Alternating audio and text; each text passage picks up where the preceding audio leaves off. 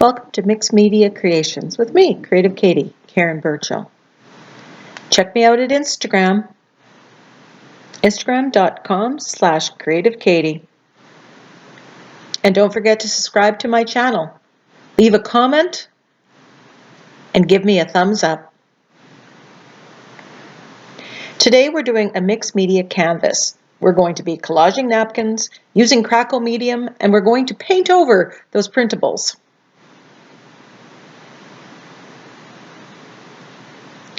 The inspiration for this page came from those napkins, but also came from my backyard where I have this beautiful Magnolia genie tree that's just almost ready to burst. So I'm using a combination of unbleached titanium and parchment, and that's a Delta Cerem Coat paint, and it's a yellowy tone. And I'm matching the yellow tone to the yellow that is in on the napkin. I've tried recently to use some Crackle medium on an ATC, and it didn't work very well, so I'm determined to figure this out and give it another try. So this is going to be the base coat, and with my Crackle medium, it's from Demco, you put a coat of acrylic paint and you let that dry, and then you put the Crackle medium on, and you'll see me doing that. This is a 6x6 canvas.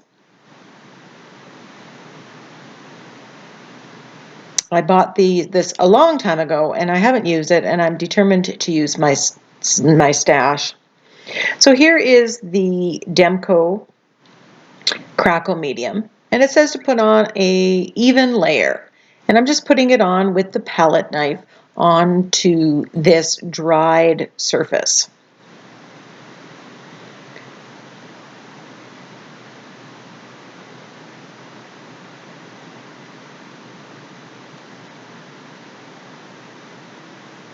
And because this surface is small enough, I can do the entire thing. If I was doing on a bigger canvas, I may just do this technique in some areas, not on everything, because it's really, really difficult to get it even. And I decide that I'm going to attempt to do the crackle on the sides as well. Some people paint the sides of their canvases like this, just black. I like to extend whatever's on the front onto the sides, and so give it often the same treatment. So here are some magnolias that I cut out of from a napkin, and here's a trial I did with the Demco Crackle medium.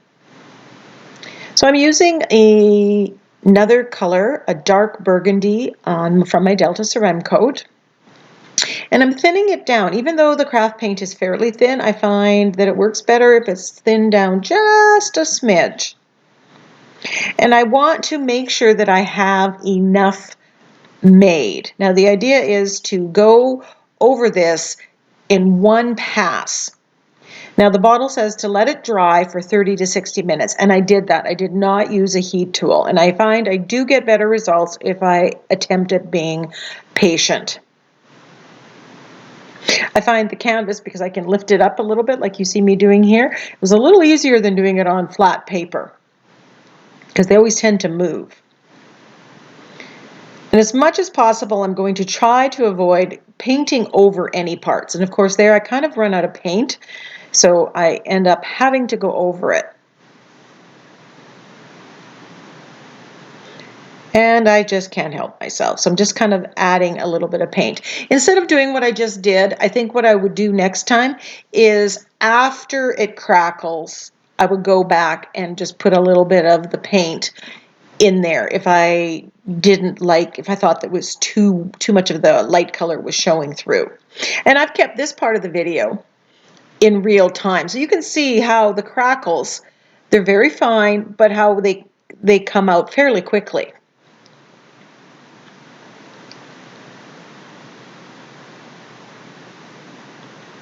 And again, I'm letting this dry naturally. And now I'm doing the sides as well. And I must say, I'm really glad that I did, because it really makes this canvas very cohesive and works well together.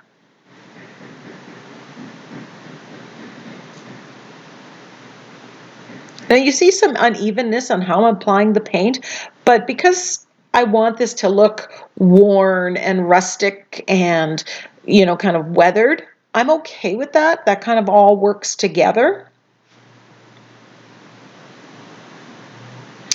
In my trial, I attempted to do it with the burgundy underneath and then the lighter color on top. But with this Crackle medium, you get very fine cracks, and not enough of the burgundy color was showing through for my liking. So that's why I went with the dark color on top. But you want two colors that are going to give you contrast. And you can see I got some different kinds of crackles on the side that I really, really enjoyed. What kind of Crackle medium do you use? Have you had success with it? Leave a comment below.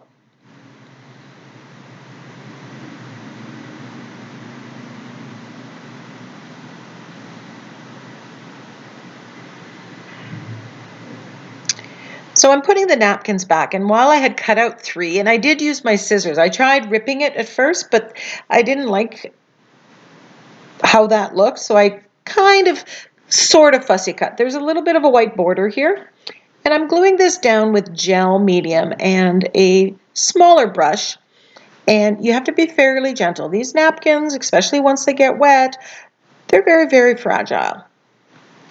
Now, what happens here, as you can see, is because the napkins, as soon as they get wet with the gel medium, they become translucent, and you can see the dark burgundy color from the background come through, and it really distorts the color of the magnolias. So in this moment, I'm really trying to think to myself, okay, now what am I going to do? If I was doing this again, what I would do is take these magnolias, put them onto white paper, and glue it onto that so that the color of the magnolias is preserved. Cut that all out and then collage that onto here. But I didn't do that, so I have some troubleshooting to do.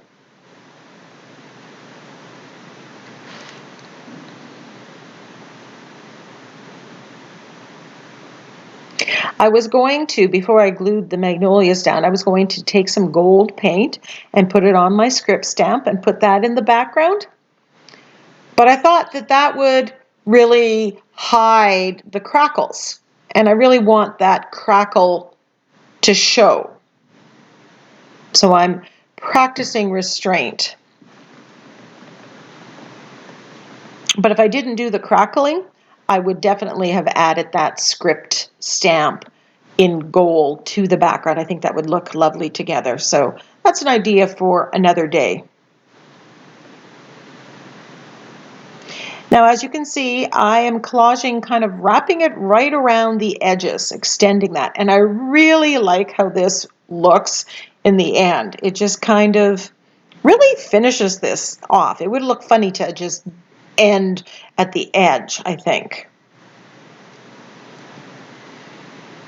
And I'm just making sure everything is really put down well.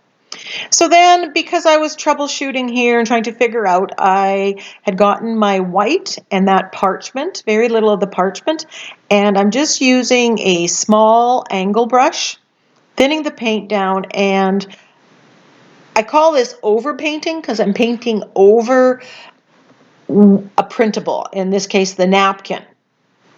And I'm kind of following the pattern below, leaving a space wherever there's a black line as much as possible. I wasn't sure how that was going to work, which is why I did the first one off camera. because it was like, okay, I don't know if this is going to work. This video may never see the light of day. This just might end right here. But I liked it. And I think it kind of makes the Magnolia look a little bit of painterly.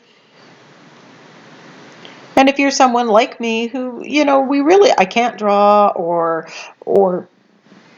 paint things that look realistic, this is kind of a shortcut. And really, is this any different than buying a Magnolia stamp and stamping it on and then painting that? So it's very similar.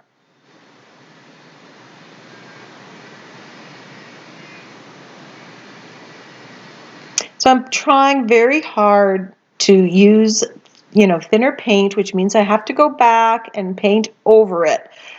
But I want this to be smooth. If you put too much paint on top of too much paint, it gets kind of sticky, and then it gets bumpy, and it really doesn't look very good. Now, this part of the video, and any of the parts of the video actually that other than when the Crackle medium was being activated, is just double time. That's because, there's a huge amount of repetitiveness that goes with this. I'm just doing another part of the Magnolia, another part of this.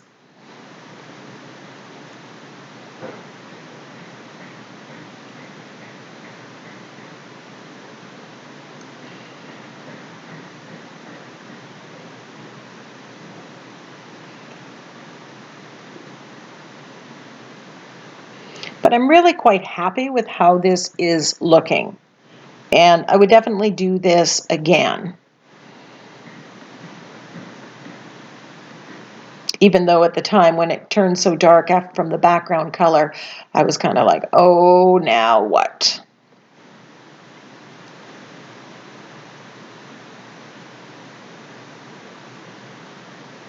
But if I hadn't left that little bit of space in between where the petals are and the lines, the black lines would have been, this would have just been one big ivory glob.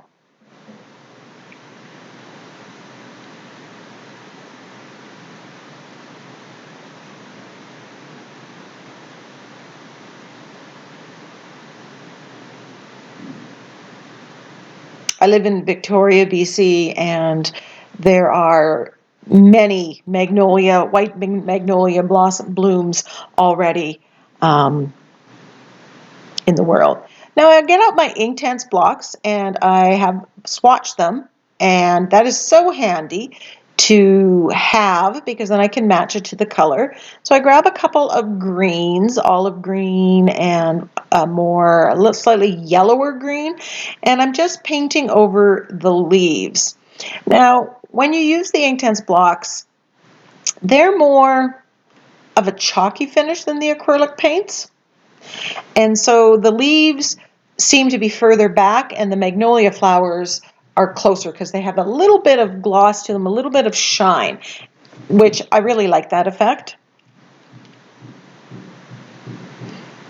I chose to use my Inktense blocks because I really didn't have a green that I thought matched well enough to this. And I'm just going back with one of the colors and another of the colors, and just till it looks good. And I'm looking at, if I'm in doubt about where I should be painting, whether it's the magnolia or the leaves, I'm looking at the original napkin. The Inktense blocks are great for overpainting printables and altering magazines and that kind of thing. I have the box of 72, and I'd be hard-pressed not to be able to match a color that I need to. With the burgundy and the ivory and now this kind of olivey green, it just really works well together. It looks very rich.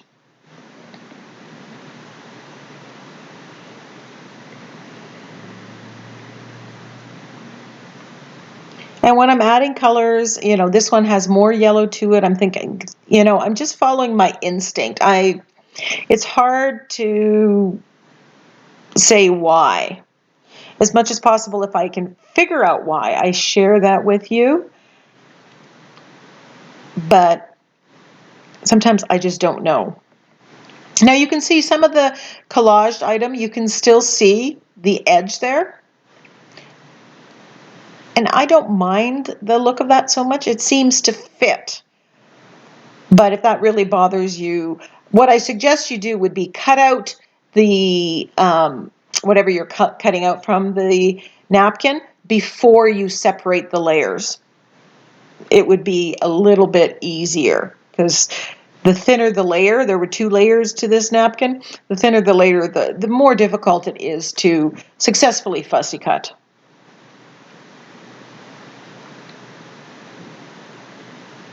Now I'm just adding a little bit of brown here on the stem and on the center part. I wasn't too happy with the center parts. It just seemed a little bit off. And that one at the top, I might go back and play with it a little bit more.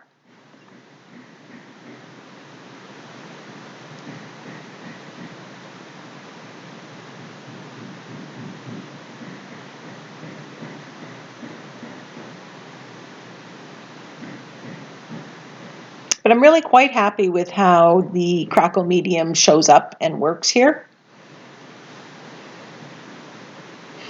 Just adding a little bit of interest and texture to the leaves. I don't want it to be just perfectly flat.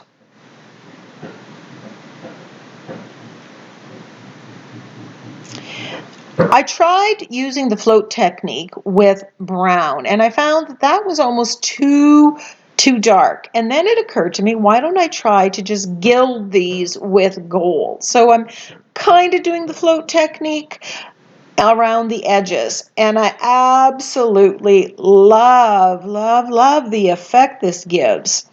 The edges are just gilded. The gold is the same kind of yellowy tone as underneath, so it doesn't look so as stark as the brown did when I attempted to use the brown.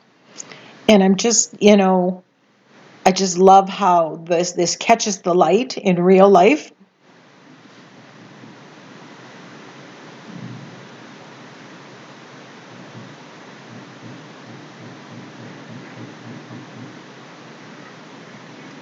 I must say I really enjoyed working on this size of canvas. It was easy to hold on to manipulate. There's enough space here. You might see me doing more of this size of canvas.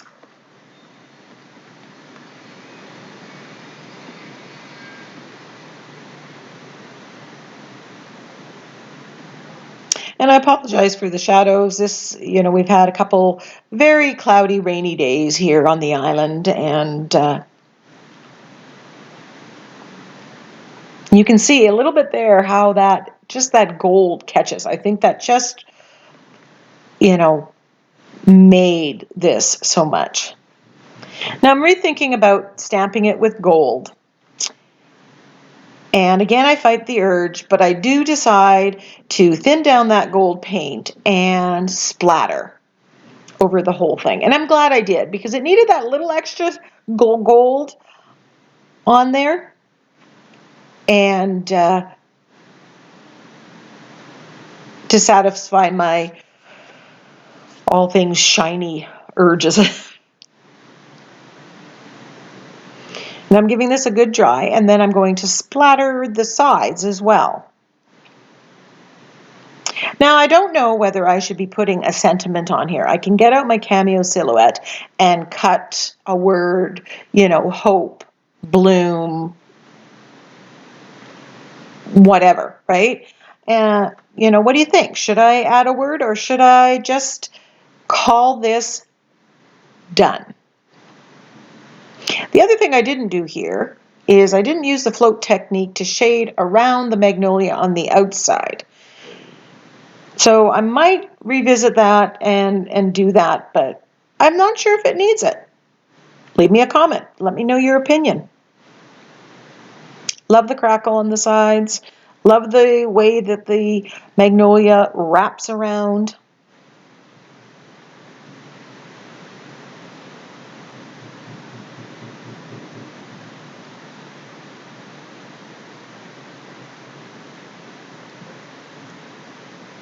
Really love this piece. And here are some close-ups of it. You can see the shimmer on from the shading I did. I think that just adds to it. I really love how this turned out, and I hope you do too. I hope you learned some things here that you're going to give a try. If you give it a try, or even if you don't, come join me in my Facebook group, Mixed Media Creations. Come and join the creation ships. Bye for now.